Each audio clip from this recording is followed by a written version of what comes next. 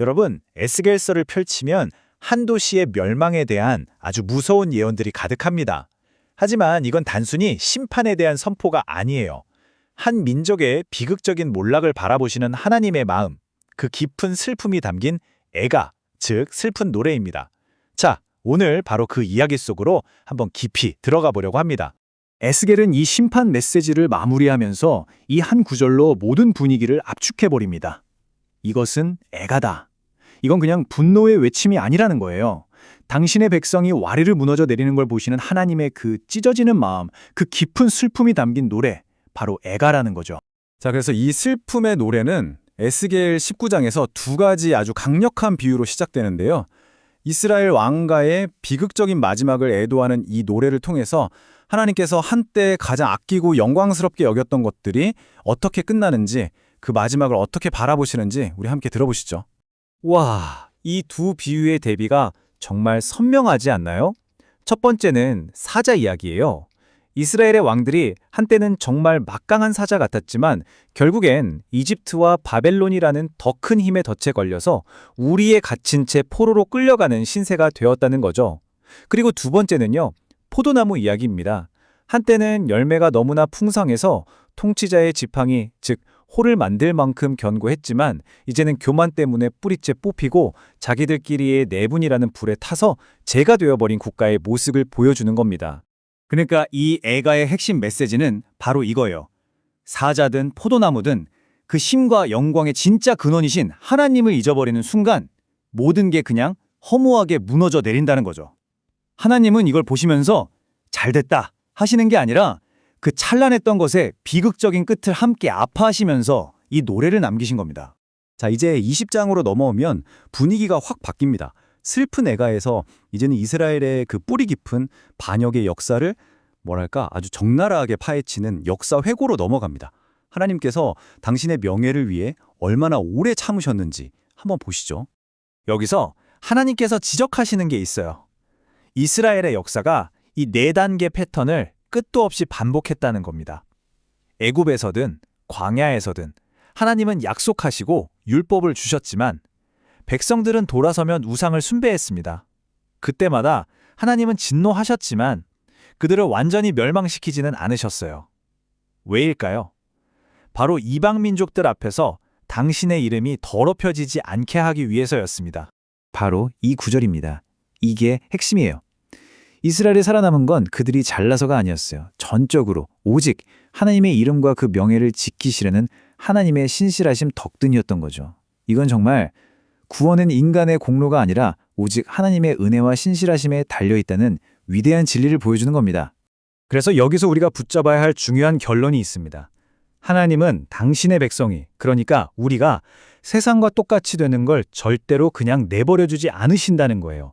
필요하다면 우리를 광야 같은 곳으로 이끄셔서라도 우리 안의 우상들을 깨끗하게 하시고 결국에는 진짜 하나님 한 분만 예배하는 거룩한 백성으로 만들어 가신다는 겁니다.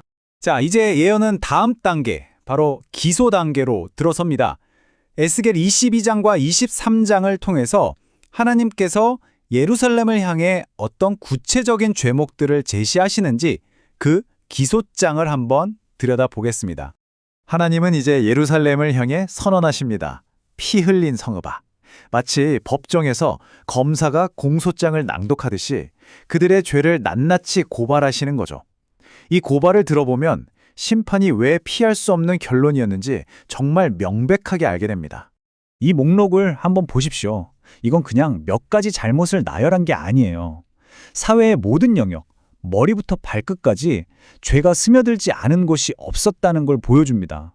지도자부터 백성까지 부모를 업신여기고 약자를 학대하는 도덕적 붕괴, 안식일과 성물을 더럽히는 영적 타락, 그리고 이 모든 끔찍한 죄들의 가장 깊은 뿌리, 그 근원에는 뭐가 있었을까요? 바로 하나님을 잊어버린 것이었습니다.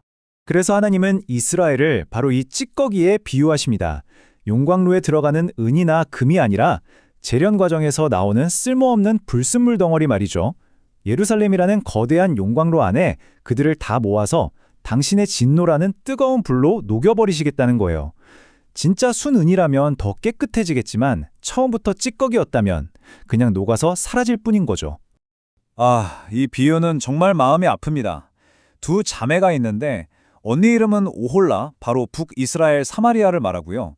동생 이름은 오홀리바, 남유다 예루살렘을 가리킵니다. 언니는 강대국 아수르를 의지하다가 결국 그들에게 망했어요. 그런데 정말 비극적인 건 동생 유다가 바로 옆에서 언니가 망하는 걸 똑똑히 봤으면서도 아무것도 배우지 못했다는 겁니다. 오히려 더 심했죠. 아수르의 바벨론까지 의지하면서 더 큰 죄를 저질렀습니다. 역사의 교훈을 무시한 죄가 얼마나 더 무서운지를 보여주는 대목입니다. 자, 이제 에스겔 24장입니다. 이야기는 마침내 극적인 정점으로 치닫습니다. 지금까지는 그렇게 될 것이다라는 예언이었잖아요. 이제는 그 모든 예언이 바로 오늘 현실이 되는 순간입니다. 하나님께서 에스겔에게 아주 구체적인 날짜를 딱 집어서 기록하라고 명령하십니다. 제9년 열째 달 열째 날. 왜냐하면 바로 이날 역사가 증명하듯이 바벨론 군대가 예루살렘을 포위하기 시작한 바로 그 날이기 때문입니다. 예언이 역사와 정확히 만나는 소름 돋는 순간이죠. 그리고 바로 그날 하나님이 주신 비유가 이 녹슨 가마 비유예요. 가마 안에 고기를 넣고 삶는 건 백성들이 겪을 끔찍한 고난을 의미해요. 그런데 문제가 뭐냐면 고기를 다 꺼내도 가마솥 자체에 시뻘건 녹이 슬어있는 겁니다. 이 뿌리 깊은 죄의 녹을 제거하려면 어떻게 해야 할까요? 하나님은 말씀하십니다. 가마를 텅 빈 채로 불 위에 올려 시뻘겋게 달궈서 그 녹을 태워버려야 한다고요. 도시 전체를 불러 정화하시겠다는 단호한 의지를 보여주는 거죠. 그리고 바로 그때 정말 상상조차 할 수 없는 너무나 충격적이고 개인적인 명령이 에스겔 선지자에게 내려집니다. 하나님께서 그의 아내, 네 눈이 기뻐하는 것, 그 가장 사랑하는 존재를 한순간에 데려가시겠다고 하세요. 그러면서 절대로 슬퍼하거나 울지 말라고 명령하십니다. 정말 어떻게 이런 명령을 내리실 수 있을까요? 한 개인에게 어떻게 이런 감당할 수 없는 슬픔을 요구하실 수 있을까요? 이 질문 앞에서 우리는 잠시 말을 잃게 되죠. 하지만 이 명령에는 에스겔의 개인적인 아픔을 뛰어넘는 아주 깊고 중요한 의미가 담겨 있었습니다. 에스겔의 그 침묵, 그 찢어지는 슬픔을 억누르는 모습 자체가 바로 살아있는 예언, 표징이 되었던 겁니다. 이게 뭘 의미하냐면요. 곧 예루살렘이 멸망했다는 소식을 들었을 때 백성들이 겪을 충격이 너무나 거대해서 울음조차 나오지 않을 거라는 걸 미리 보여준 거예요. 슬픔을 넘어서 그냥 넋이 나간 상태, 망연자실한 그 상태를 에스겔이 자신의 온몸으로, 자신의 삶으로 보여주고 있었던 거죠. 자, 이렇게 길고 고통스러운 심판의 예언들을 우리가 함께 따라와 봤는데요. 그렇다면 이 모든 이야기를 통해 하나님께서 오늘날 우리에게 주시는 핵심적인 교훈은 과연 무엇일까요? 마지막으로 그 점을 함께 짚어보겠습니다. 에스겔서에서 제가 가장 마음 아프게 읽는 구절 중 하나가 바로 이 구절입니다. 하나님께서 심판을 내리시기 전에 마지막으로, 정말 마지막으로 그 땅을 위해 기도하고 무너진 성벽의 틈을 자기 몸으로 막아설 사람, 단 한 사람이라도 찾으셨다는 거예요.